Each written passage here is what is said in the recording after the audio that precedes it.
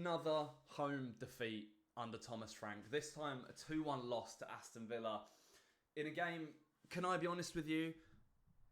I thought we were awful. I genuinely don't think we played very well from the entire game. From the moment we scored inside the first 5 minutes, Tottenham didn't play well. And there are several reasons for that, and I'm going to talk about them in this video because I'm getting a little bit fed up of what I'm seeing at the Tottenham Hotspur Stadium, to be honest with you. Now, I want to start off by reiterating that Thomas Frank has my support. He will have my support. Obviously, I know that we are not a short-term fix. However, the problems at Tottenham appear so mind-numbingly obvious to me and so many other fans that it just really confuses me as to why they're not being remedied and rectified. And it was the exact same thing against Aston Villa today. The midfield pivot, my number one issue, my irk. And yes, all right, fine. Bentancur scored. I get it. I understand it. He was in the right place at the right time. He put it in the back of the net. Fantastic.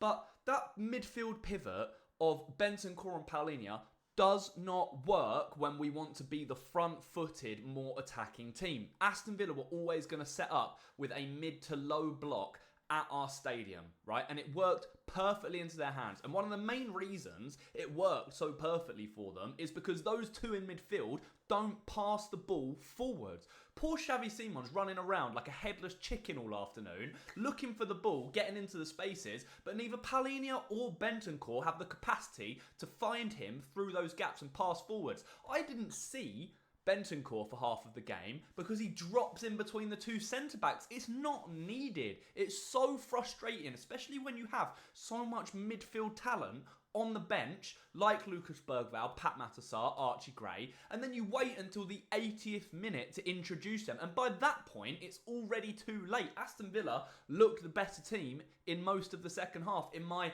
opinion. Feel free to disagree with me on that, but I don't think we deserved anything out of that performance today. I just think there was so much wrong with it. I mean, I think Wilson Odobert looked bright in periods, but he just lacks it in the final third. And then Romero coming out of the team during the warm-up due to injury is a massive stroke of bad luck, right? But it then became very, very obvious in the game that our only game plan after that, get the ball to Porro, hope that he can send Kudus away, and he's our only attacking creative outlet down that right-hand side. And he can't do that every attack for 90 minutes. It's physically impossible for him. And you could see in the last 10 minutes, he was absolutely knackered. And yet all we were trying to do still was to try and find him to make something happen. I mean, yes, we missed some easy chances. Odobert missed a chance.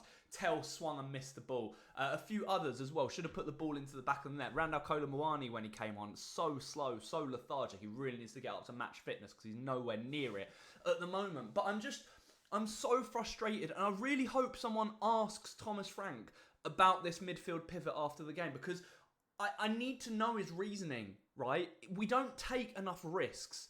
We do not take enough risks in our home games. We do not play on the front foot. We are far too conservative, and Thomas Frank, in my opinion, needs to change that going forward. Anyone alongside Palhinha, other than Bentancur, I think would be a better bet. Saar, Bergvall, Gray, I think all offer more in that midfield in terms of ball carrying, in terms of passing. The only thing that Bentancur really impressed me with today was his pressing high up the pitch, which is absolutely fine, but you need to offer on the ball, especially as a central midfielder against a strong midfield team such as Crystal Palace's.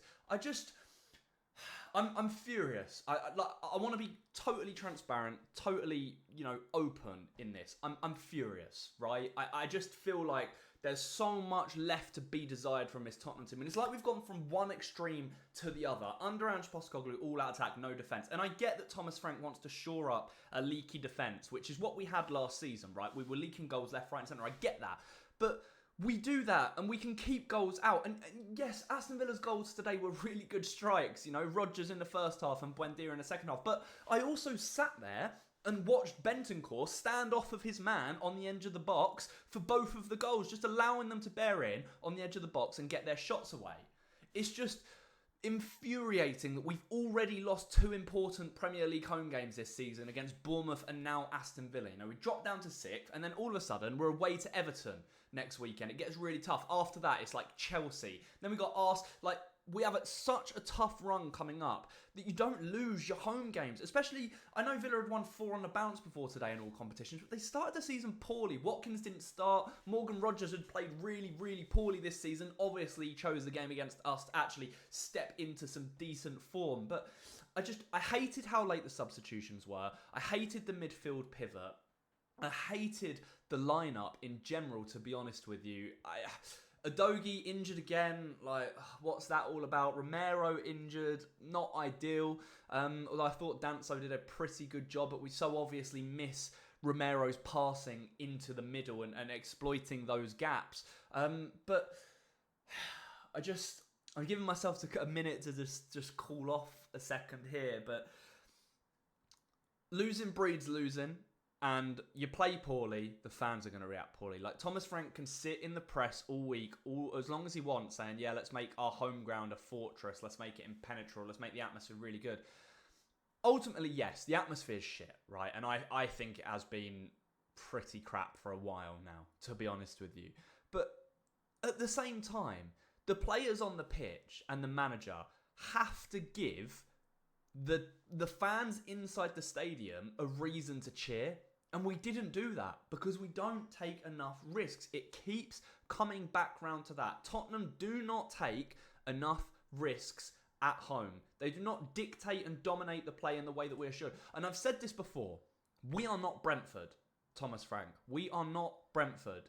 You know, we are a level above that, right? We are aspiring to bigger and better things. We are not the underdogs in most games. We have the quality and the talent, whether that be in the starting 11 or on the bench, to make a difference. Unai Emery used his subs much earlier, and one of them won him the game in Buendia. Gave him half an hour to come on, get himself into the game, and he cropped up with a winner. Give him players 10 minutes to come on and change a game, or 6 minutes, or whatever it was in the end. It's just not going to work. It's just so frustrating to sit here and watch. And we started really well this season, right? But there are obvious issues with this Tottenham team that we really, really need to rectify. But yeah, I predicted a 2-1 win in this game today. We lost 2-1. Villa, yes, they have a great record against us. Thomas Frank's never beaten Unai Emery, I don't think, every time he's faced him. Spurs' home form continues to be really poor, has been all season. Even when we played Doncaster at home in the Carabao Cup, we didn't play very well. And things just don't get any easier. Away to Monaco in the Champions League in midweek. Away to Everton after that. Home to Chelsea after that. I don't know. Maybe we suit the bigger games better. Maybe we play better when we're up against it. When we are the underdogs. When we're counter-attacking. I just want to see so much more from the manager, from the players on the pitch. I just want to see more. The striker problem is a big problem, right?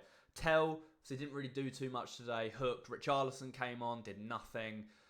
Kolo Muani came on, did nothing. These are all our strikers. These are guys who need to be banging in goals at the very minimum every other game, and they're just not doing it. So lots to work on. Overall, incredibly frustrated with the performance. But yeah, let me know what your thoughts are down in the comments. Let me know what you thought of the game. What are your biggest concerns about Spurs under Thomas Frank? Thank you so much for watching. If you, I don't want to say enjoyed the video. I don't think anyone's enjoying watching this really. But yeah, feel free to like and subscribe if you fancy it. I'll be back with a preview for the Monaco game in the next couple of days. But until then, try and enjoy the rest of your weekend. And as always,